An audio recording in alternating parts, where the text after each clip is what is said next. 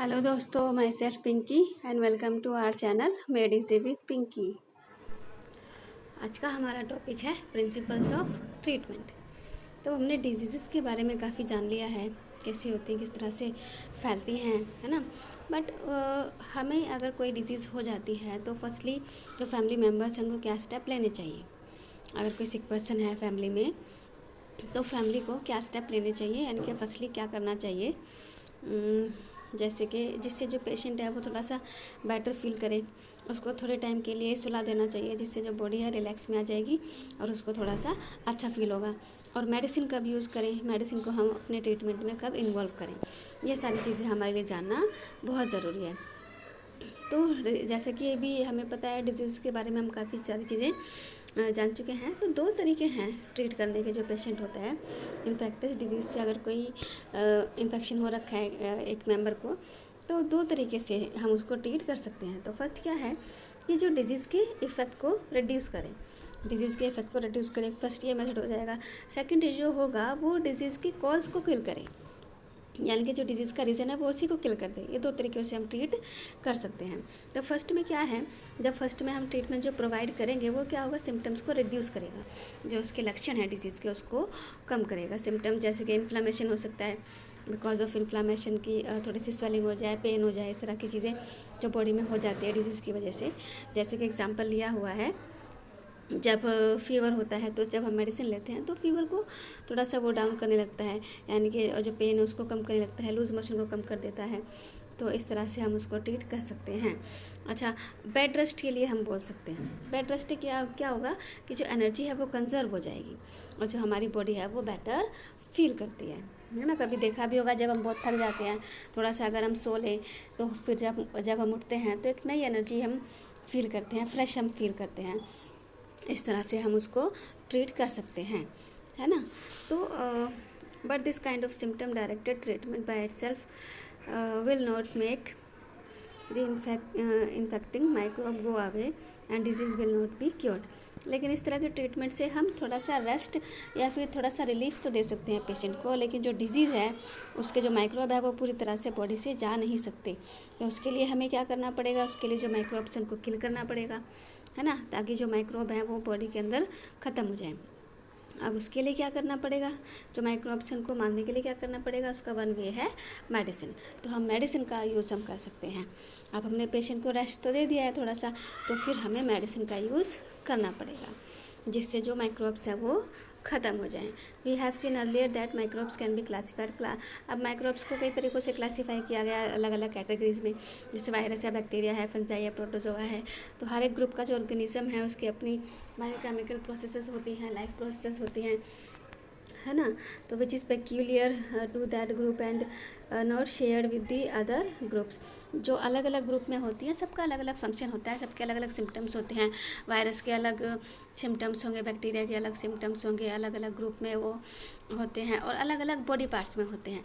तो ये सारी अब कौन सी मेडिसिन लेनी है ये सब इसी चीज़ पर डिपेंड करता है कि ये वायरस है या बैक्टीरिया है और कौन से बॉडी पार्ट पे अटैक किया हुआ है इसने, इन सब चीज़ों पे अटैक करते हैं। This process may be pathway for the synthesis of new substance और respiration। तो इस तरह से हम जो माइक्रोब्स हैं हमको कैटेगरीज में डिवाइड करके, कैटेगरीज को आइडेंटिफाई करके हम अलग अलग चीज़ें जो है यूज़ कर सकते हैं, जिससे जो माइक्रोब्स है वो सिंथेसाइज हो जाएं, है ना। This pathway will not be used by us either. For example, our cell may make new substance by a mechanism different from that used by the bacteria। अब जैसे कि एग्जांपल लिया है कि जो सेल्स होते हैं वो एक नया मैकेनिज़्म बनाते हैं, जो सेल्स होते हैं नए सब्सटेंस का एक मैकेनिज़्म बनाते हैं। किस तरह से बनाते हैं, अलग अलग डिफरेंट काइंड के बैक्टीरिया को यूज़ करके। We have to find a drug that block the bacterial synthesize pathway without affecting our own. अब जैसे कोई पेशेंट है वो ड्रग लेता है तो हमें एक तरीका सोचना है जिससे जो उसका जो ड्रग लेने की हैबिट है, जो उसका एडिक्शन है वो भी कम हो जाए और उसकी बॉडी को ज़्यादा इफेक्ट भी ना पड़े, यानी कि बॉडी पे ज़्यादा असर किए बिना हम उसकी जो प्रॉब्लम है उसको, ऐसे सिम्टम्स हैं उसको कम कर सकें। This is what is achieved by the antibiotics. तो हम इसके लिए एंटीबायोटिक्स का यूज़ कर सकते हैं। We are all familiar with जो एंटीबायोटिक्स से हम सभी फैमिलियर हैं, सभी हम जानते हैं। Similarly these are drugs that kill protozoa such as malarial parasite. और कुछ ड्रग्स का भी यूज़ कर सकते हैं। ड्रग्स भी इस तरह से होते हैं जो हमारी बॉडी में पॉजिटिव इफेक्ट देंगे, तो जिससे प्रोटोजोआ जो किल हो जाते हैं। मलेरियल पैरासाइट का एक एग्जाम्पल हम इस तरह से ले सकते हैं।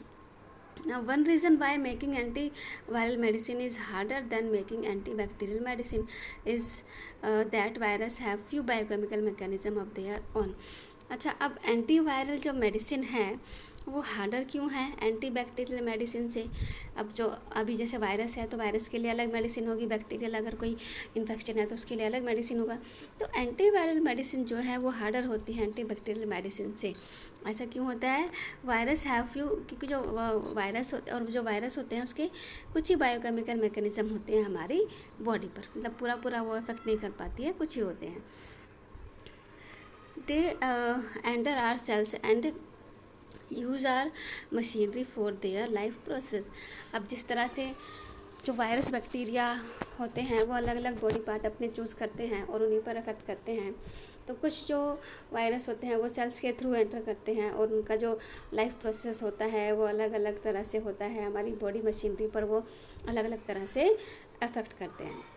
This means that there are relatively few virus specific target to aim at। मतलब कुछ ही ऐसे वायरस होते हैं जो स्पेसिफिक टारगेट को यूज़ करते हुए अपना असर दिखाना शुरू करते हैं, यानी कि पूरी बॉडी पे वो अफेक्ट नहीं करते।